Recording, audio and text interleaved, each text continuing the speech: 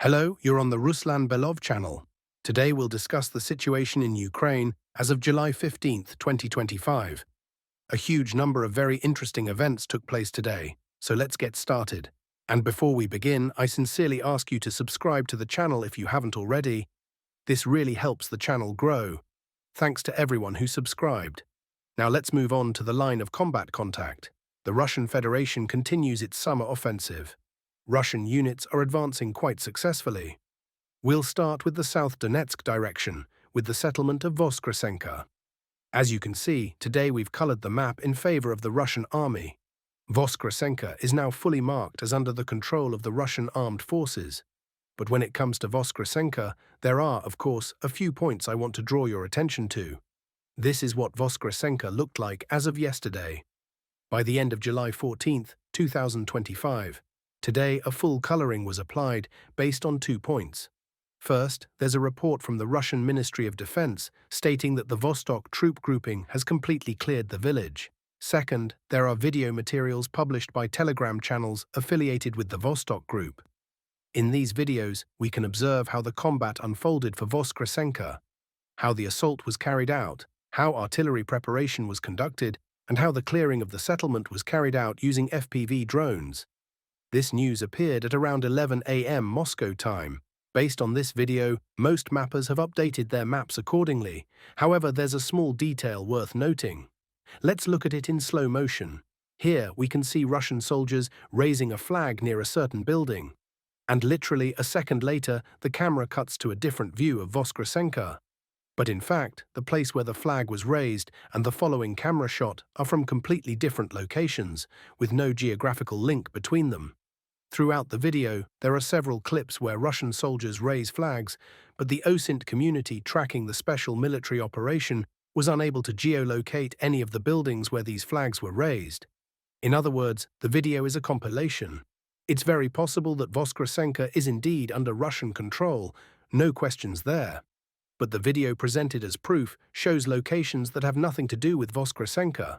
Or perhaps, due to the heavy damage to the buildings, it's simply too difficult to geolocate. In any case, beyond the video, there is also a report from the Russian Ministry of Defense. Here's another example. One barracks appears, then the camera cuts, and we see entirely different barracks. So yes, there is a report confirming the clearing of Voskrasena, even if the video doesn't match the flag-raising scenes. We accept that for now, but we raise the issue for the sake of clarity. Surely many of you have seen that video, so we want to make it clear. Not a single flag-raising scene can be confidently geolocated to Voskrasena. It's all stitched together. Next, we move slightly north to the Pokrovsk section of the front, where Russian units continue their offensive aimed at encircling the entire Pokrovsk agglomeration. Today there's been important progress on the ground, mostly reported by pro-Ukrainian mapping services and also some pro-Russian ones. If we sum up all the updates published in the past 24 hours, the Russian army is currently advancing along the line between the settlements of Stavok and Markove, just north of the Komsomolskaya mine near a small reservoir. Fighting is ongoing for strongholds along the tree line, then toward Fedorivka, and further north in the direction of Boykivka. This area is currently witnessing the most intense and fierce battles from the Russian side. Ukrainian forces are constantly redeploying reinforcements to stabilize the front line and prevent a breakthrough, as it seems the defensive line around Belitske, and not only Belitske, but also around Rodinske, is not prepared at all. If the Russian army manages to break through here, the entire Pokrovsk agglomeration, with its millions spent on fortifications, will simply go down the drain. Russian units are now actively advancing, striking Novokonomichny and also the Komsomolskaya mine itself. Ukrainian equipment keeps arriving in the area, and even from the footage alone, you can see that a kind of graveyard of destroyed vehicles has already formed. Dozens of tanks and armored vehicles that reach the line of contact are immediately destroyed by Russian drones. Russian forces also appear to have control over all major supply routes. This is the kind of map some experts are publishing today. According to it, even the basic Russian FPV drone, not the fiber optic ones, but older Chinese models still widely used, already has the range to cover the entire Pokrovsk agglomeration, including its key supply lines. From the south, from the direction of Volkovo-Peshanoe, basically the southwestern flank of the Pokrovsk area, and from the northeast, from Shevchenko-Pervy and surrounding regions. However, we should also note that in the past 24 hours, no confirmed geolocated advances have been recorded. There are some updates supported only by certain mapping services. One interesting point is worth noting: a new update from pro-Ukrainian cartographers at Deep State. They report that, according to their data, Russian units, likely from reconnaissance or sabotage groups, are already reaching the forest belt located south of the Krasnolymanska mine and spoil heap. From this forest belt, Russian forces might attempt to flank the mine and spoil heap, Terrakon, from the southwest, possibly expanding their presence in the Krasny-Lyman area. Several indicators now suggest that combat is already taking place around the perimeter of Rodinska. The battle for Rodinska will likely be unprecedented in the entire special military operation. If Rodinska falls, then the Pokrovsk agglomeration falls without a fight or resistance. Next, we move on to the Kostiantynivka section. If we compare yesterday with today, the majority of geolocated updates yesterday came from the Pokrovsk area. But today, the main developments are unfolding south of the Klebanbyk reservoir. Most of the map updates here are confirmed, and the most important ones are coming from the area near the settlement of Novospasca. These clips were published, I believe, last night, July 14th, after we had already prepared our previous video report. In these frames, we can see two Russian soldiers raising the flag of their unit, which is taking part in the fighting in the area of the settlement. And if we compare this footage to the video from Voskrasena, there is no doubt here, no editing cuts. The camera zooms in and out, we see a clear approach to the location, everything is accurate, and the site is geolocated. It is exactly at this location that the Russian fighters raised their flag, so there's no question that the southern and southwestern parts of Novospasca are under the control of Russian forces. Later in the afternoon, another video was published. This one. And here we see another scene of a Russian soldier raising flags and the unit's banner. This scene was recorded along Chernoa-Maiskaya Street in the northwestern part of the town. So based on these two videos and the assessments of certain map makers, we applied a nearly full territorial coloring. And of course, there's also the Ministry of Defense report, which confirmed full control over Novospasca. Based on all this information, we've applied the corresponding coloring, just like all the other cartographers. This is how the map looked by the end of July 14th. Today, as you can see, it has been significantly updated. And now it appears that with nearly 100% certainty, the Ukrainian forces currently resisting in the town of Sherbinovka are fully encircled in a pocket. At this point, there's virtually no chance of escaping from this part of Sherbinovka. Let me remind you that over the past several months, the Russian army has been persistently trying to advance from the northwest of Toretsk, moving toward the northern part of Sherbinovka and advancing in the direction of Klebanbyk and the mine area.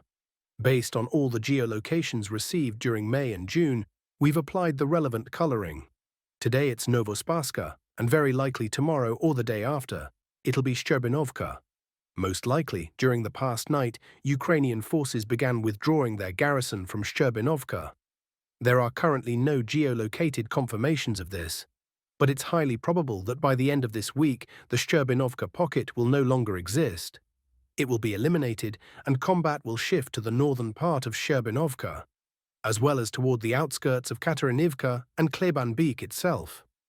This is a major advance for Russian forces, whose goal, of course, is to completely cut off the Klebanbyk pocket. Today, new territorial markings were also made south of Alexandro Kalinove. And when it comes to this offensive, there are a lot of interesting details. This is how the map looked on July 14th. Today we're coloring it all the way up to Road 05-24. Now, regarding this attack, the Russian side deployed heavily armored turtle tanks. It's hard to describe them properly.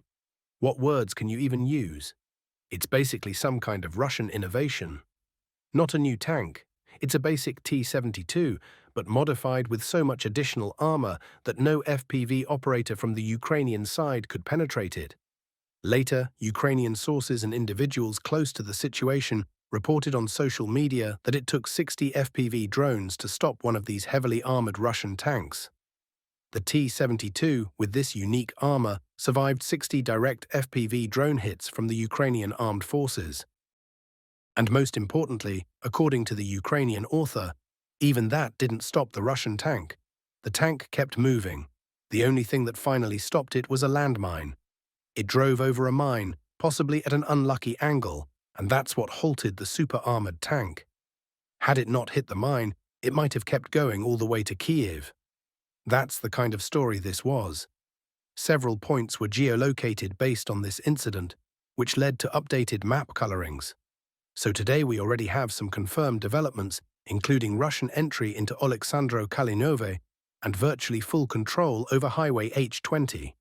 This once again confirms the formation of a southeastern encirclement near the Kleban Beek Reservoir in the area of Sherbinovka, Katarinivka, and Kleban Beek itself. And of course, Russian forces are gradually advancing in Yablunivka. New footage today confirms that the Russian army controls approximately 50% of the territory there. So fighting is already taking place for the central part of the town. The Russian army is steadily advancing, and based on the many updates from this area, it's clear that Ukrainian defenses south of the Kleban Beek Reservoir have completely collapsed. Now we move on to the Siversk and Kupiansk directions. Here, the map hasn't changed much. Active fighting continues. FPV drone operators are working, artillery is firing, and the Russian army is advancing millimeter by millimeter, or on good days, centimeter by centimeter, towards Siversk and Serebryanka. The front line here has essentially stalled, and the main focus appears to be on the Kleban Beek Reservoir, Pokrovsk, and the South Donetsk front. So the Siversk direction is currently on pause. The same is true in the Lyman area, although there still seem to be some resources available for offensive action left over from previous battles. Today it was reported that Russian units managed to advance from the direction of Zelenaya Dolina, a settlement recently cleared by Russian forces, toward the Nitrus River. According to some mainly pro-Russian mappers, the village of Seredny has already been partially cleared, including the part located on the Ukrainian side of the Nitrus River. That means the front line is now aligning along the river, with the formation of several localized bridgeheads on the Ukrainian side. This also indicates that fighting for the town of Shandryhalov may begin as early as next Monday. As for the North Kupiansk direction, some pro-Russian mappers are reporting today that Russian forces managed to break through Ukrainian defenses on the far eastern edge of the Kupiansk pocket. Today, Russian units reportedly finished clearing the village of Stepova Novoselivka, and during a sudden rapid lightning offensive, managed to break into the eastern outskirts of the village of Pishchana. Fighting is currently ongoing for this settlement.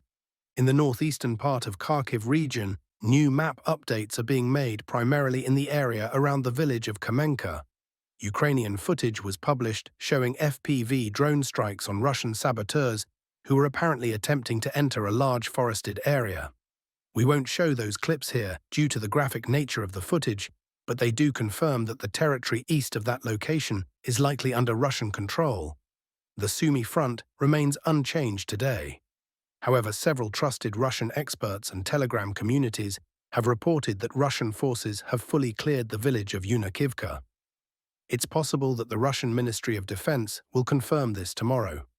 Reports also suggest that Russian forces are now advancing further southwest, with the goal of launching an assault on the next defensive hub. Meanwhile, Ukrainian forces continue to counterattack in the area of Kondrativka. Today, information came in about the redeployment of the 425th Separate Assault Regiment Skala toward Kondrativka to strengthen pressure on Russian positions. That's all for now, dear friends. Thank you for watching. Don't forget to subscribe, leave your likes, and all the best to you. And all the